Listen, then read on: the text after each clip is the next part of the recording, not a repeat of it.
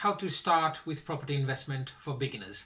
Now there are lots of property strategies to choose from, and it's very much likely for people to get confused, especially for the beginners, on which way to go, which strategy to take. So I've just got a little guideline here on how you can filter yourself to take you to the right strategy. So the first thing you want to do really is determine whether you're looking to quit your job and go into property full-time or not.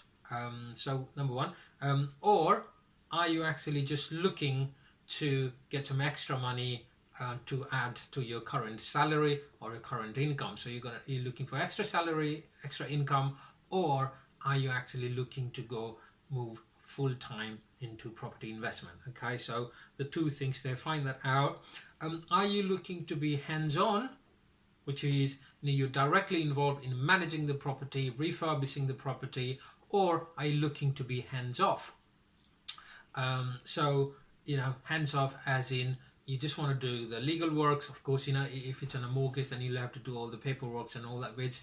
But when it comes to managing the property, when it comes to refurbishing the property, you are letting for someone else to do it. You're project managing that property with someone else. So are you looking to be hands-on or hands-off? So that's another two things that you want to find out. And do you have the funds with you? Okay, so we're looking at, I think, to start with, and if you was to go full-time into property and you want to do it yourself, I think 40 to 50,000 pound, if you've got hard cash available, that's a really good start. So if you've got the funds, if you've got money, that's great, but if you haven't got that, let's say if you haven't even got 5k, then that's another thing to look at. So you've got two things there as well. Do you have funds or do you not have the funds? Okay, so now from these three things, let's say you wanted to do you wanted extra income, let's say you wanted hands off and you haven't got the money, so it's going to be very tricky because you haven't got any of that, right? But let's say you want to go full time, you can put your own time on it and you've got 40 to 50 grand. I think that's very much possible for you to achieve that. So that will sort of direct you which way you're going to go in terms of property investment. So just to recap those three things there again: you have money or you haven't got the money. You want to go full time or you want to go part time. Okay, or you want to fully manage the property yourself, or you want to be hands off. Okay, so hands on or hands off, three things in there. So now this should really direct you towards which property strategy you want to go on. Okay, so now I'm going to just talk about the different property strategies that are popular up in the market. You got the buy to lets, so which is it's fairly simple to understand. You're buying a property to rent it out, buy to let, right? So under lettings, you've got different categories of letting. So you could be doing a single let, you could be doing an HMO, or you could be also doing a serviced accommodation. So which these three types of buy to let, if you like, have got their own advantages and disadvantages. The single let is the most common form of buy to let strategy because this is quite an easily manageable sort of strategy where you're letting the property out to one person. It might be a house or a flat, so the whole property is being let out to one single person, or sorry, what I mean by one single person is one single family or a person. So the whole property is let out to one family. Now I will just run through some of the popular property strategies that you can get involved in. Now, so the buy-to-let is the most common form of property investment. Buy-to-let, as it suggests, you're buying a property to rent it out or to let it out. Okay, but you could be letting out in three different forms.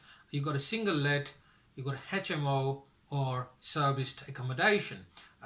Now, the single let is very easy. What you're doing here is you're letting your whole property to one single family or a person. Okay, so the whole property has been let to one single family or a person.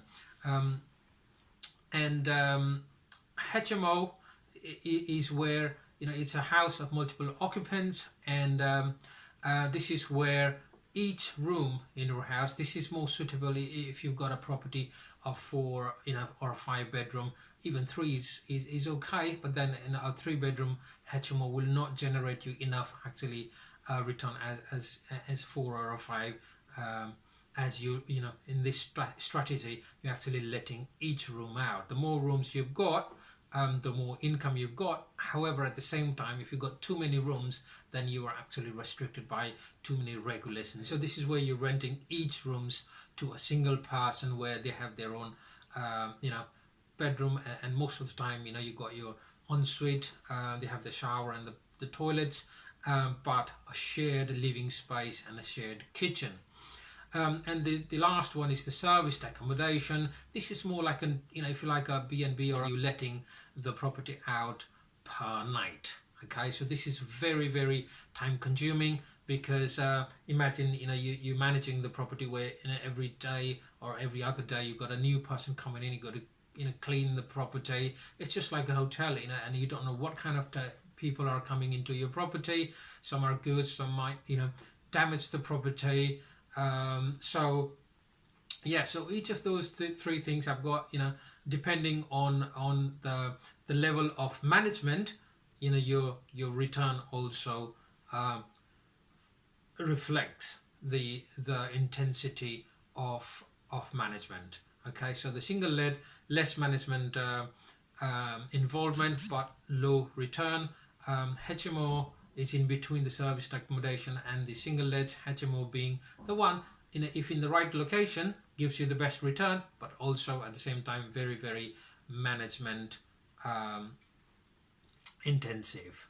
Okay, so that's that. And then you've got the other strategy where you're refurbishing a property. Okay, so you buy a property that needs some work, and you do the work, you add value to the property, but then after adding value, you've got 2 choices. You can either sell the property, which in the industry it's referred as flipping, or you refinance and rent the property. Okay, so you keep it with yourself, so you refinance, you pull out some money from there, which you can reinvest in another property or another project, and then you rent it out. Okay, so that's the next strategy.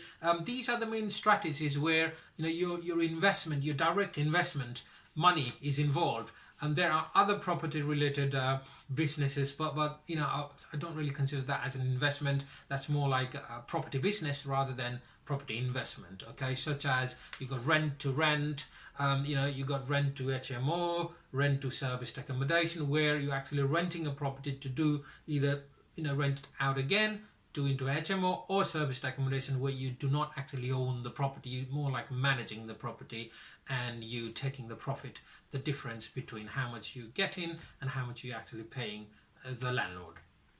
Okay, and such as also got sourcing property. This is where you find the property for the investor, and for finding that you charge the money.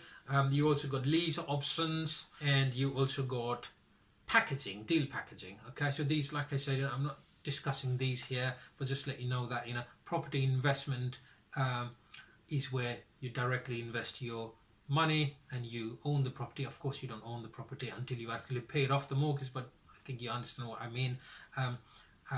So yes, these are the different options when it comes to property investment. Okay, so buy to let and refurb. Okay, so under buy to let you got 3 things, and under refurb you got 2 things there, like I explained earlier.